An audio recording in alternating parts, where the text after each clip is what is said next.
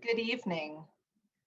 My name is Arielle Weininger. I'm Chief Curator of Collections and Exhibitions at Illinois Holocaust Museum. On behalf of our CEO, Susan Abrams, Board of Directors, staff, and volunteers, I'm honored to welcome each of you to tonight's program. We thank all of our funders and community partners in presenting this exhibition. The mission of Illinois Holocaust Museum and Education Center is expressed in the founding principle: remember the past, transform the future. The museum is dedicated to preserving the legacy of the Holocaust by honoring the memories of those who were lost and by teaching universal lessons to combat hatred, prejudice, and indifference. This evening, I will share with you the history of the Shanghai Ghetto and the exhibition currently on display at the museum. And then we will have a chance to hear from and ask questions of 3 survivors of the Shanghai Ghetto: Doris Fogel, Judy Kolb, and Ralph Samuel. We have hundreds of people joining us tonight, which is outstanding. We will do our best to get to as many questions that you have of the survivors at the end of the program. I now turn it over to Mark Grossman, representing Catton, the presenting sponsor of the exhibition, to hear about his personal connection to the story of the Shanghai Ghetto.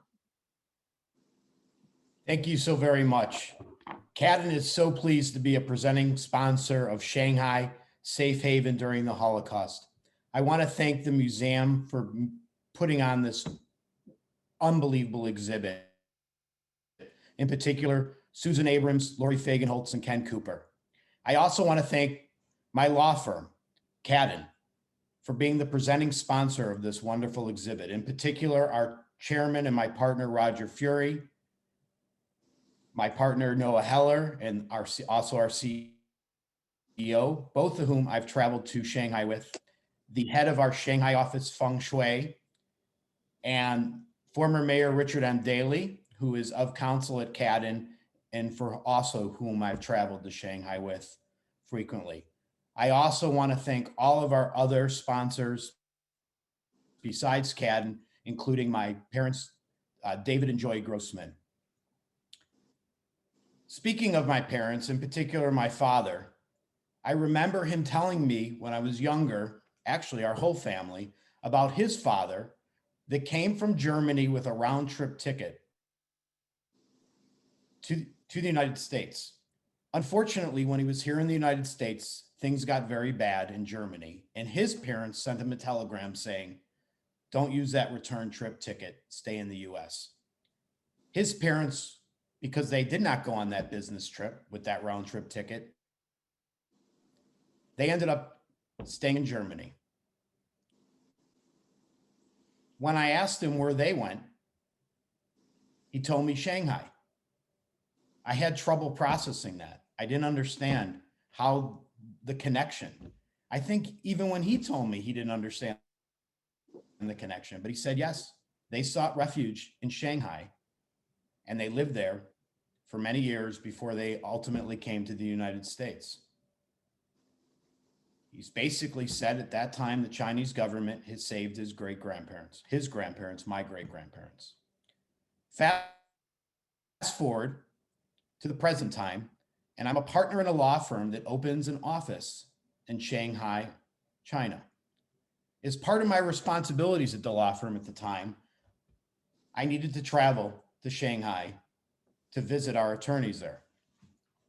Now, I traveled a great deal for work, and I wasn't the best traveler. Let's just say I got very homesick. I got homesick when I left home, period, end of story. I liked being at home. So for me, going to China was extremely scary. And I traveled there the first time by myself, and I was to meet my CEO who was coming from New York to join me in Shanghai, but I was still extremely nervous. But something very weird happened when I landed in Shanghai. Here I was so very far away from home, but yet the moment I landed in Shanghai, I had this really weird feeling that I was at home, which was just so unusual for me because that's not how I felt when I landed at one of my destinations. I got over to the office and I met our office manager, Carol Wang, who to this day is still not only a very capable, wonderful office manager, but a friend and somebody that's always there to greet me with the most unbelievable hospitality and greeting when I arrive in Shanghai. I happened to mention to her at that first day, that first meeting, that my great-grandparents were Shanghai Jewish refugees. She looked at me and she said, wow.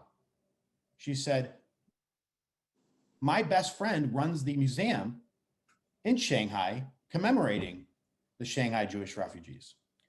Well, you know, China's a small place, so of course that coincidence would happen. So sure enough, she takes me right over there with my CEO. And here I am in this foreign country,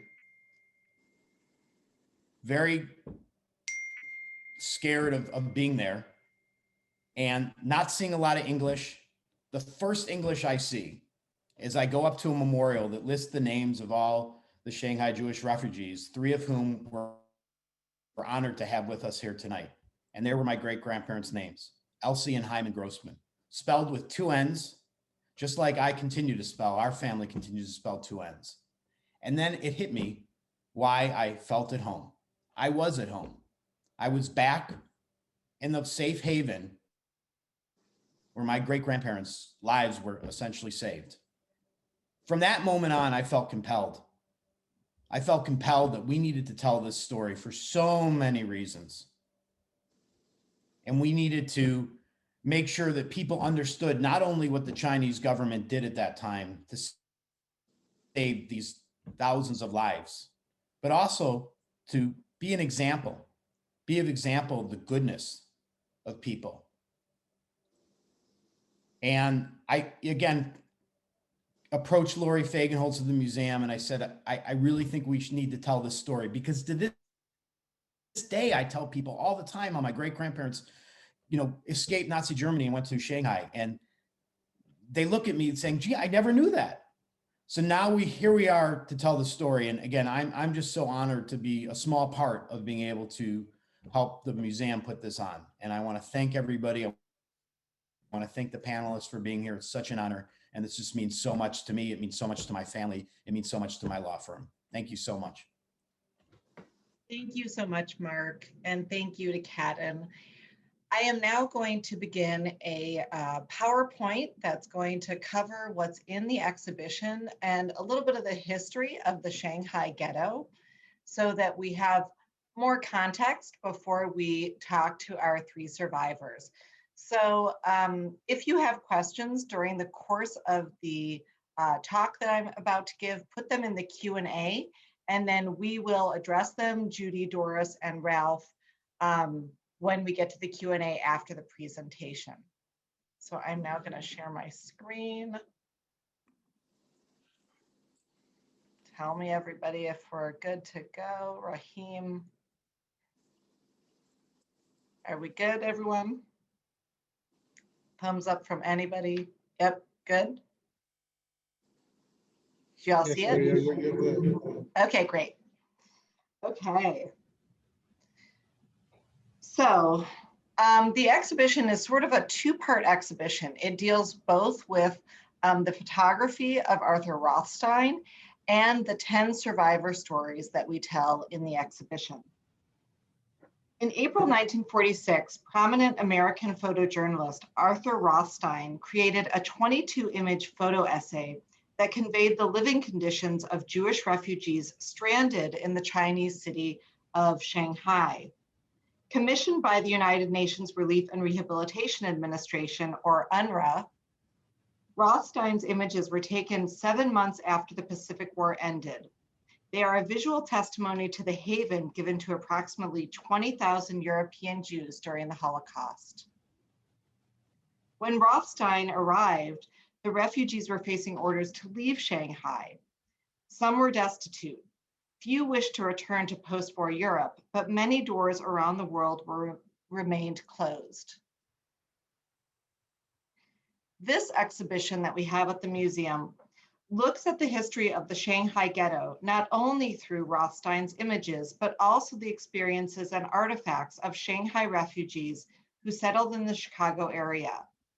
All artifacts shown in the exhibition are in the collection of Illinois Holocaust Museum. Let's begin with a little bit about Rostein.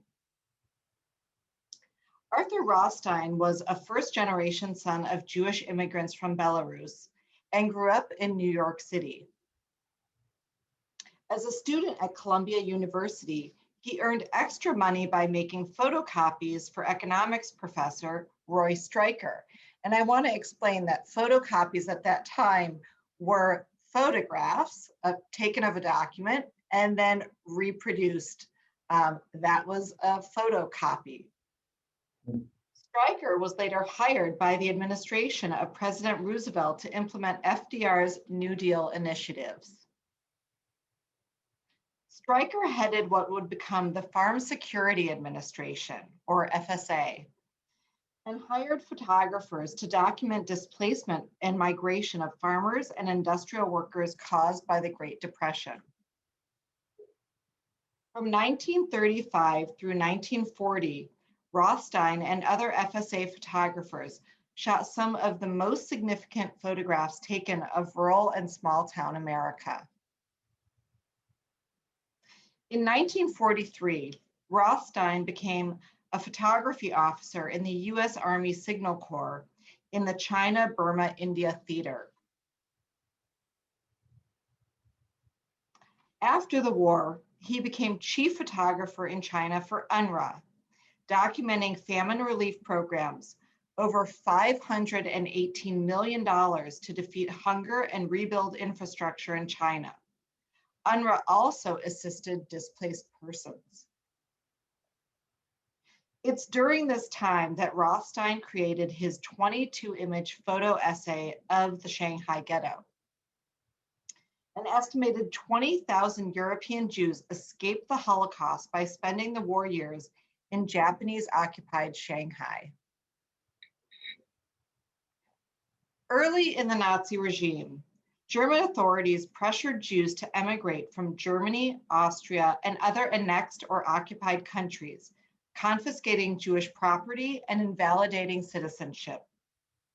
An international conference held in July 1938 in Evian to discuss the Jewish refugee crisis reached only one conclusion: no country was willing to welcome a significant number of them. After the violence of Kristallnacht in November 1938, Jews increasingly tried to emigrate. However, it became harder for these stateless refugees to obtain visas allowing them to leave. One of the few possibilities was an escape route through Shanghai. Japanese troops had occupied the city in 1937, but the self-administered international settlement and French concession, a large section of the Shanghai administered by foreign nations, remained open to immigration. Foreign visitors did not need a visa to enter. As Nazi troops advanced, diplomats in several European nations helped fleeing Jews reach Shanghai. After Germany annexed Austria in March of 1938, Feng Shanho, Chinese Consul General in Vienna, acted against official orders and issued travel documents to hundreds of Austrian Jews, which allowed them to escape to Shanghai and other destinations. In 1940, two courageous envoys assisted thousands of Polish and Lithuanian Jews who were caught between the advancing Nazi and the Soviet fronts and were unable to escape Lithuania. A Jewish delegation met with Chiun Sempo Sugihara, Japanese vice consul in Kaunas, and asked him to grant them Japanese transit visas.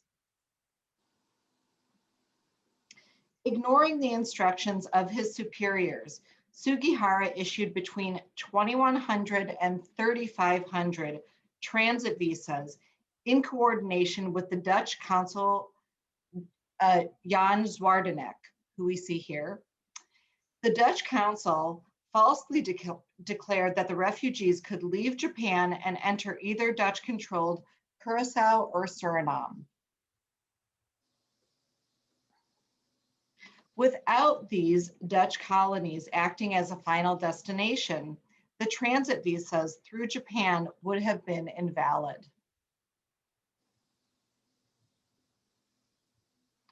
Along with individuals that were saved, Sugihara and Zwaardenek saved the entire Mir Yeshiva, the only Eastern European yeshiva to survive the Holocaust intact.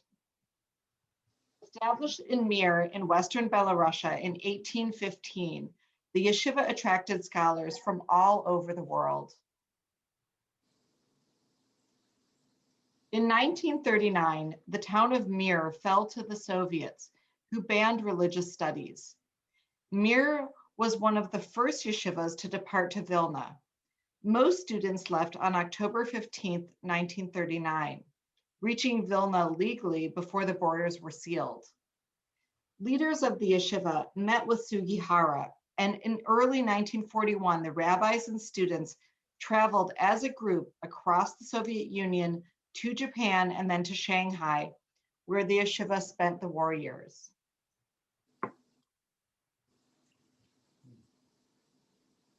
Arriving refugees, and I'm going to interject because Doris, this is a photograph of Doris on the boat.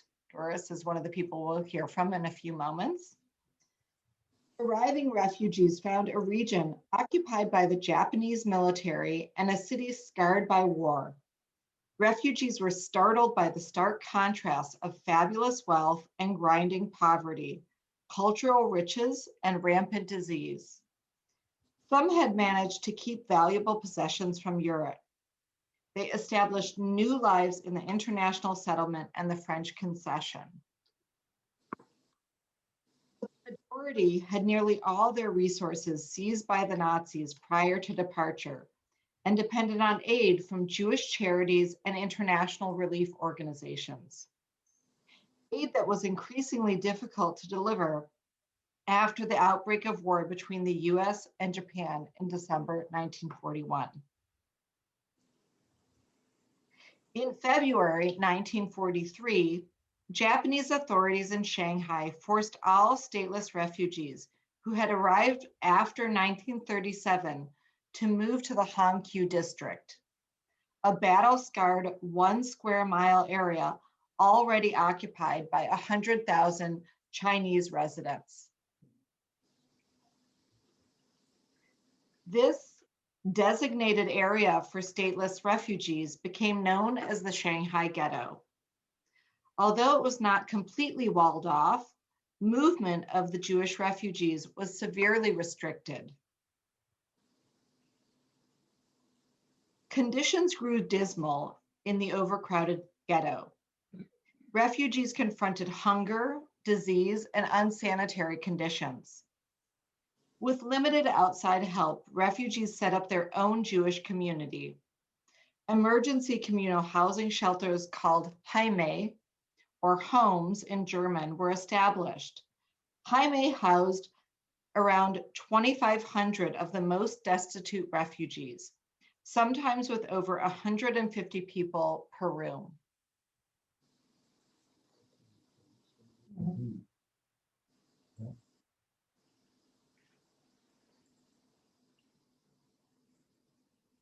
Running water was a luxury and not standard in residential buildings. This sink was shared by many families living in communal housing. Here, a refugee cooks matzo balls using a Chinese fire pot.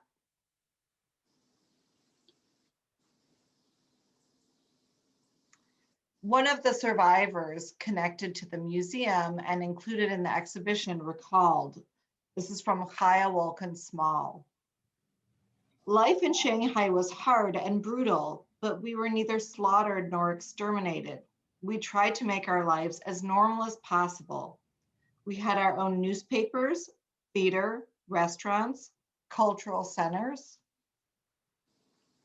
religious centers, kosher food, our own tailors and shoemakers, which were all in the ghetto.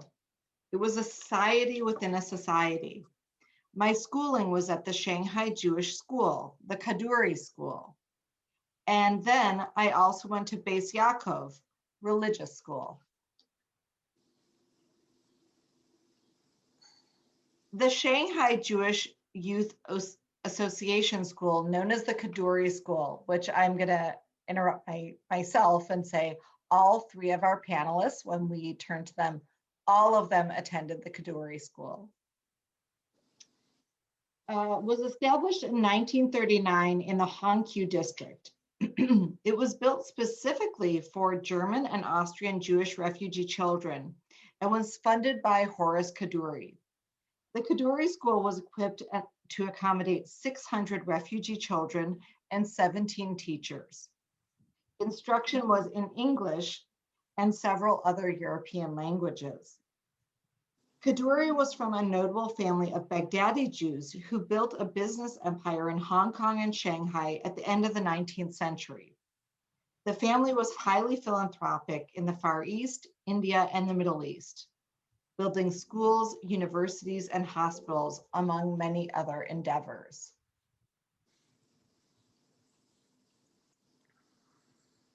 The Jewish community established cafeterias that provided meals to those in need and other elements of communal life, such as this social hall operated by refugees. The German food and drink listed on the menu gave refugees a taste of home. Disease was a constant threat in the ghetto. Residents faced successive epidemics of smallpox, typhus, and cholera. Though there were no shortage of good doctors among the refugees, the challenge was getting proper equipment, sufficient hospital beds, and access to medicine. Here we see Cecilia Bass, age 76, who came to Shanghai from Vienna in 1939, who is seeking treatment in the ghetto. Due to overcrowding, individual medical practices did not have their own office space. Instead, several doctors shared a single office, each with their own designated days and hours, advertised here in English, German, and Chinese. The war in Asia ended on August 14, 1945, and American troops opened the ghetto 4 days later. International agencies, including UNRWA, began assisting hundreds of thousands of refugees created by World War II. The American Jewish Joint Distribution Committee, or AJDC, took responsibility for Jewish refugees, and the Hebrew Immigrant Aid Society initiated programs for relocation. But despite the war's end, the Shanghai refugees still faced a precarious fate. The escalating Chinese Civil War prompted an official decree that all Jewish refugees would be deported from Shanghai. Yet most countries still resisted Jewish immigration. For the stranded refugees of Shanghai, hunger for information was an intense daily preoccupation. After the war, reestablishing severed lines of communication was complicated and slow. A letter might reveal the fate of family left behind in Europe, provide an offer of sponsorship essential for immigration, or bring news of a successful visa application. Since early 1942, direct communication between Shanghai and Europe had become almost impossible. After the war ended, rumors of the mass killing of Jews in Europe began to reach China. And by early 1946, the scale of the Holocaust had become clear. Relief agencies such as the AJDC and UNRWA sought to reunite survivors and displaced persons. Lists of Holocaust survivors were posted in Shanghai, but successful reunions were the rare exception. In 1947 and 48, thousands of Jewish refugees in Shanghai immigrated to the US, Australia, and Canada, and other countries. The passing of the Displaced Persons Act of 1948 in the US created an unexpected obstacle for the refugees in Shanghai.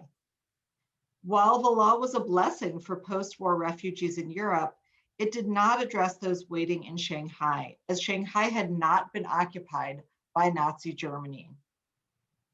Some Shanghai refugees repatriated first to Europe, where they languished in displaced persons camps, waiting for a visa. While the establishment of the State of Israel opened a new door for Jewish refugees. By May 1949, when the Chinese Red Army occupied Shanghai, only 2,000 stranded Jews remained. A small number stayed and made new lives in China, while most eventually emigrated elsewhere. Today, we are going to hear from 3 survivors of the Shanghai Ghetto: Judy Fleischer Kolb, Doris Fogel, and Ralph Samuel. Judith Daisy Fleischer Kolb's family ran a fabric shop in Germany. After Kristallnacht, her father Julius was arrested. Her grandmother Martha obtained exit papers from the mayor's office to secure her husband's release.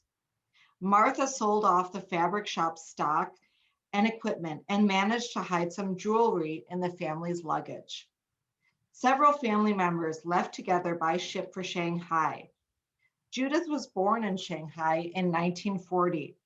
Her father, Cantor Leopold Fleischer, taught her Hebrew, and when she was 6, she began studying English at the Kaduri School. In 1948, the family got their paperwork and they were able to leave Shanghai. Judy remembers, everybody seemed to be very happy. I was totally confused. I was 7 years old, you know. I'm fine. Things are fine. Where are we going? Judith entered school in San Francisco and made new friends. Her mother, Carla, and her grandparents found jobs sewing at Levi Strauss, while her father worked as a cantor. The family moved to Chicago when Leopold was hired as a cantor at Congregation Habonim. Judith pursued a long career in nursing and volunteers at Illinois Holocaust Museum. Doris Warshawski Fogel was born in 1934 in Berlin. Her father died when she was young, and a neighboring family took Doris and her mother Edith under their wing. With the help of this family, the Bosch family, they sailed to Shanghai in 1939. There, Doris, Edith, and the 3 members of the Bosch family shared one room in a heim in the ghetto. Though Edith had a university degree, she worked in a soup kitchen, while Mrs. Bosch sewed clothes. Doris attended the Kaduri School, where she studied English, French, and German, and learned Chinese and Japanese from children on the street. Doris remembered, the day we left for America, I could have sworn to you that my bed was going to walk out on its own because it was so loaded with cockroaches.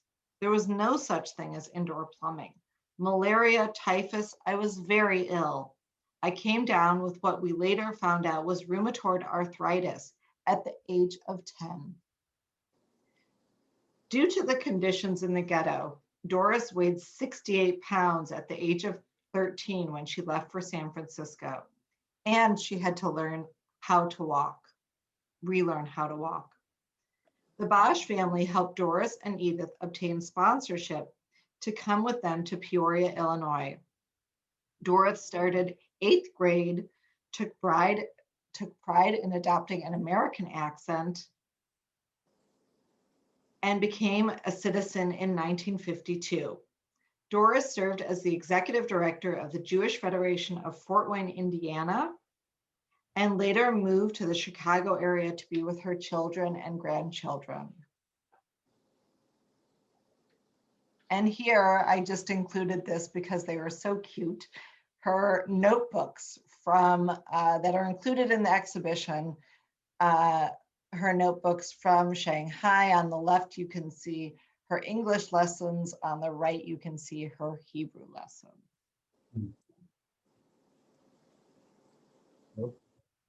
Hilda Zimac Samuel was born in a small town in Germany in 1908. In 1939, Hilda and her husband Adolf Aaron Samuel sailed for Shanghai. Hilda said goodbye to her mother the day before they left.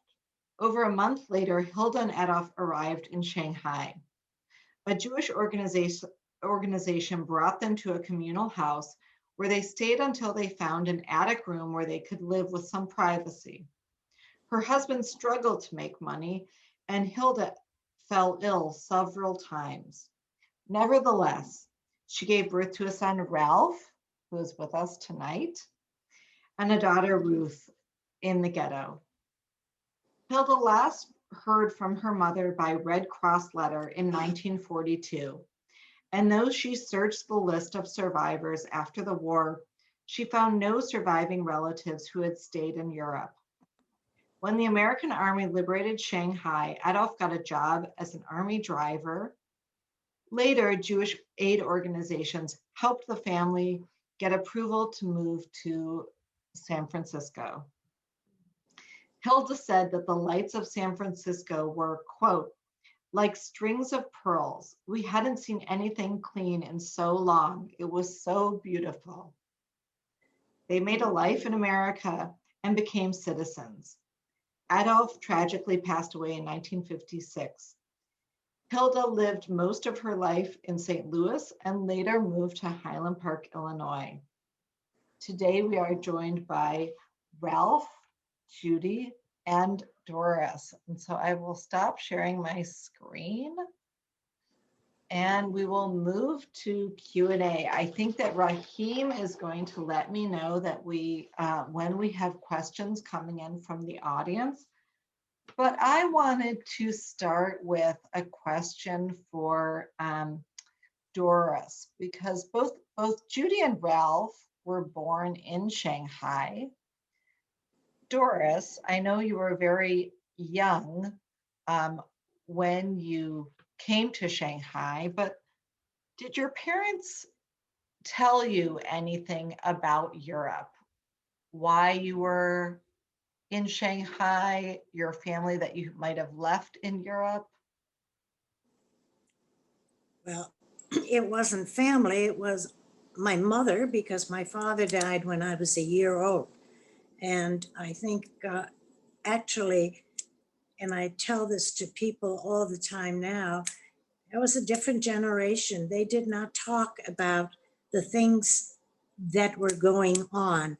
And to this day, with all the speaking that I have done in the last 45 years all over the country, the one thing that I am so sorry about is that I never taped my mother. And so many of the things that I had heard were from other survivors, actually my schoolmates. We were in what is known in America the 7th grade when we left Shanghai. And after 50 years of not seeing one another, I attended all the Shanghai reunions, and there were many of them. And but through one in particular, 15 of us that were classmates reunited. And for the next 15 years or so, we met in a different country every year. And many of the things that I did not know, I learned from them. So that's the best answer to that particular question I can give you. And Doris, or Yeah. sorry, and Judy, we have a question that's come in about, and I don't know if you were too young for this, or maybe you know it subsequently. Judy, someone is asking about, how did you get to the US? Was it a family relative that sponsored you? Was it highest? Judy, do you know? your family's history as to how they got that access to San Francisco? Yes, I do know that. We got our papers to leave Shanghai in 1948. The paperwork was done and our sponsors were the American Jewish Joint Distribution Committee, which is very often called the Joint. Yes. So we didn't have any particular relatives that we could ask if they would sponsor us. So the Joint did sponsor us. So that was our destination. And interestingly enough, the gentleman who did the paperwork for the Joint, much later when my uncle went into a retirement home, he was in the same retirement home as my uncle. And he was the one that completed our paperwork when we were in Shanghai. Arielle, Yes, Doris. to what Judy said, what I would like to add is that back in 1946, 47, 48, there were many, many wealthy Jewish people in America that sponsored people to come here. And that is how my mother and I got to Peoria. The people, the Bosches that we were with had a cousin. They contacted some of the wealthy Jewish people saying we would not leave unless we got papers for Edith and Doris. And that's how we got there. And I spent as a grown-up, I spent 50 years in Federation, in Joint, paying back for what was given to my mother and I. So I have been involved in Jewish organizations for the last 60 some years. That's wonderful, Doris, and so commendable. And I'm going to direct a question to Ralph and then to both of you. A question that has come in is, what language did people communicate in Shanghai? So Ralph, I'll send it over to you. I guess the question could be posed as, what language did your family immediately communicate in, and possibly through employment or others? I think the underlying question is, did they speak Chinese? Did they learn Chinese? Did they learn Japanese? And so I'll send it to Ralph first. That's sort of an easy case because they spoke German. And my mother was better at languages than my father. And so she would be the negotiator when they went to the marketplace to buy groceries or vegetables. She would handle, if you will, the trading of where you really bargained with they gave you a price and it was negotiation. And my mother handled that. And my mother was more adept at languages than my father. And so at home we spoke German. And I learned English in the Kaduri School. And but I was there for 2 years because we left Shanghai in late 1947. So I don't know, does that answer? So I spoke German at home and learned English at the Kaduri School. And that was the extent of my English. So I'm gonna send it back to I think Judy, because your parents or your grandparents had a business, right? Yes. My grandparents met a gentleman who was running a transportation company and they joined him. So several years later, he decided to do something else. So they ran this transportation company. Lots of things were pushed and pulled by carts. So we hired some coolies. These were stronger, rather Chinese individuals who were called coolies. My grandmother had a really hard time with other languages, so she actually taught them some German so they could communicate. And you can do a lot of sign language to tell them what to do and when to do. So this worked out very well. I remember them lifting me up and having a good time, since I was obviously easy to lift up. So that was their job the whole time they were there.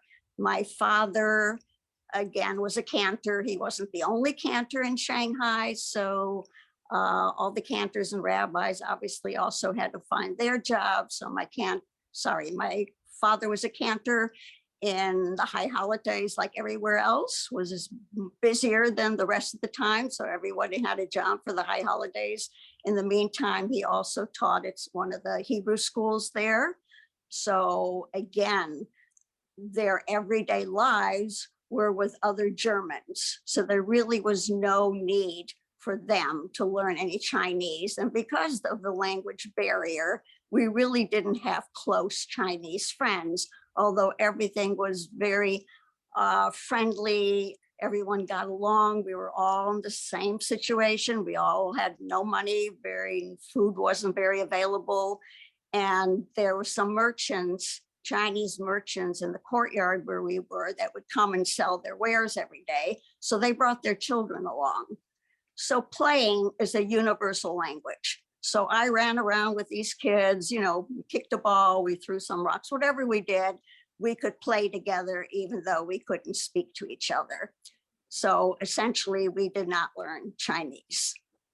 So Doris, I want to continue on with that idea with you, as being slightly older than Ralph and Judy.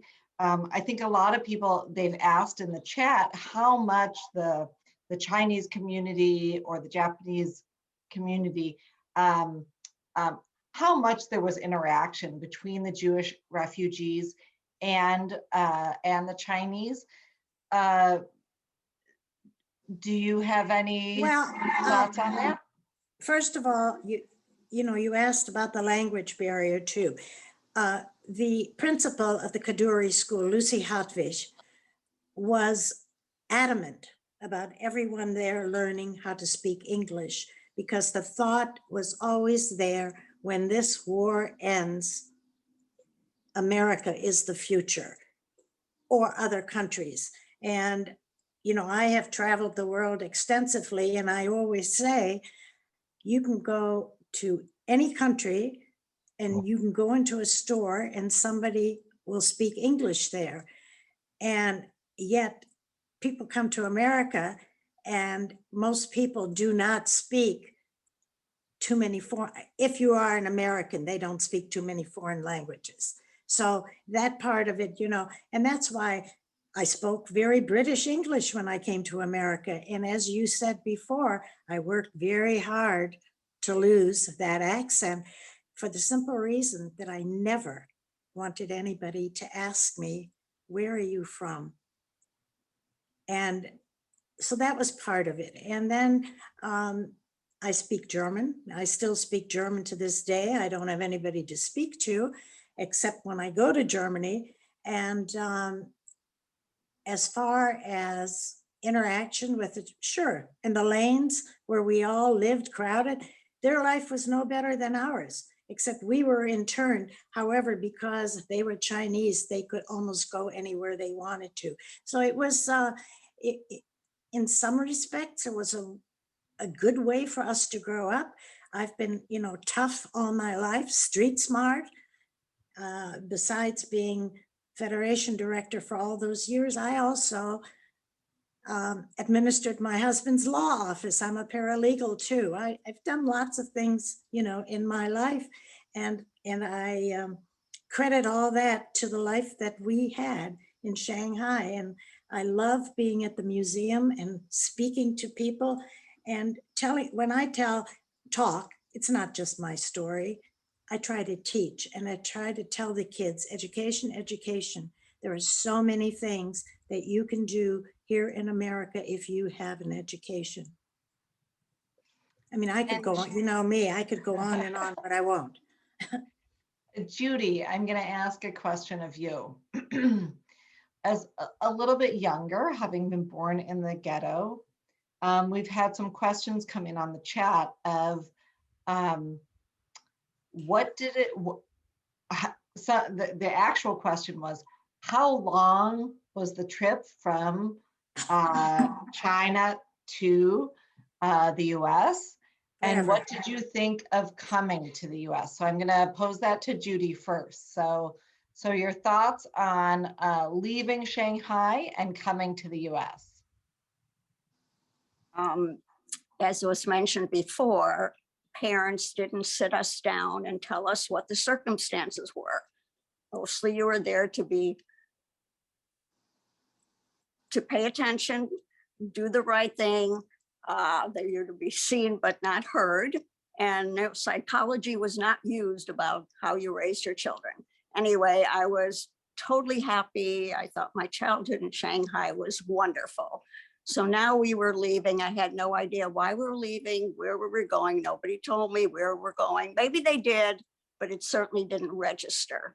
So we took a transport, which was a very uncomfortable ship that took us across from China to San Francisco. We were able to stop in the Philippines first. I remember it was beastly hot there. We stopped in Hawaii. The ship was very uncomfortable. We were seasick constantly. I remember my first candy bar, I immediately threw up when I got onto the ship, and that lasted a pretty long time. When we got to San Francisco, they thought I might have tuberculosis. So they quarantined me. So I am 7 years old and I am in a room being quarantined. Everybody comes in with masks and gowns. My parents, my grandparents aren't allowed to go in the room. And this is really the first time in my life that I'm actually scared. Well, it turned out that I did not have tuberculosis and was able to, I don't know if it was the next day or the same day, go home with my parents. So we settled in San Francisco. We were first in a hotel. We very quickly, between 8 adults, my parents, my grandparents, my uncle who was married while he was in Shanghai, and my new aunt and her parents, we all bought one house in San Francisco. So once we settled in, again, it was a new life for them. They had to totally readjust again. I found a new life, very different from the one I had, but the one I had was so normal that I didn't know it was not normal. But again, we got to San Francisco, made a whole new group of friends. And again, it was a wonderful place to be. Ralph, I want to turn to you and sort of pose the same question as a very young individual, having grown up in Shanghai. What is it that you understood that had happened to your family, that you were in Shanghai and then eventually were moving to the United States? I guess I didn't see the Shanghai hardships because I was such a young child. I was 5 when we left there. That to me everything was novel, and these people were different there than I was always told. You know, you don't touch these people, don't let them touch you, because the Chinese, when you see a white person, particularly a child, they always wanted to touch us. And my parents would always make sure that there was space between, that we were kept apart from any of that activity. But what were we thinking, or what does it seem like to come here? I was just told that we're going to America and to the United States, and we're going to have a new life. But all this was words, but I, honestly couldn't relate to any of that until we got to the United States. And so Ralph, can I change the question then and ask maybe when was it that you understood what your family had gone through? Was that as an adult? Yeah, much later. Much later. My father would not permit any discussion of the Holocaust in our family.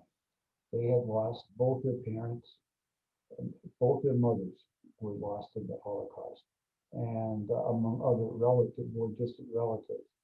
And so he was so affected that there would be no discussion until until he passed away in 1956. And after that, my mother would start to talk about what we went through. But up to that point, I only knew what I had learned from experience, but very little else. It was just not a kind of that was the subject was not discussed. So I just look forward, once it became obvious that we were in America, and San Francisco, and then the train ride to St. Louis, it was, a dream come, just like a dream world. So another question has come in that I know Judy probably has an answer for, but I don't know Doris and Ralph. A question has come in about, were you a kosher family? And if so, were you able to keep kosher in Shanghai? So I'm going to hand it to Judy first. Yes, we kept kosher, and you were definitely able to do that in Shanghai. So we never ever went to a restaurant. You know how we like to eat Chinese food, but we never went to a restaurant. Yes, we kept a kosher household. We also kept a kosher household when we were in San Francisco. My parents kept kosher their whole lives. And Doris? No, Doris? absolutely no. We were not a kosher. We were German Jews, and no, we did not keep a kosher house at all. And I have never kept a kosher house, nor my daughter happens to have a mother-in-law who is Shomer Shabbos and very religious. So she has made some, made it possible for them to come and visit. She has, but I don't know if any of these questions have come in. And the thing that always bothers me, and I need to mention it because you have a lot of people listening. The thing that people don't talk about is, what did it take for us to get ourselves up and going in America? My mother and I lived in one room. I am about to be a freshman in high school. I can't invite anybody over. We have a bathroom down the hall. I mean, things, it was wonderful to be able to come to America, but then people don't talk about what it took for us to become working class people and to work, to do the things that I had a paper route shortly after I came to America. I needed a few bucks in my, to spend on something. And, those are the things people don't talk about. My mother, who was a college graduate, welded cans in a factory, her first job till she passed out, because she had a daughter to support. And, as bad as things were in Shanghai, for some of us who did not have money, who did not have family, it took a while to rectify this.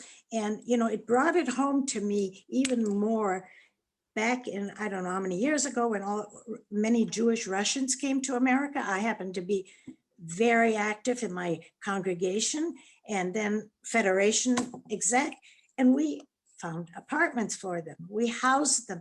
Those things, things were different in the 40s because people here in America had just gotten through a war.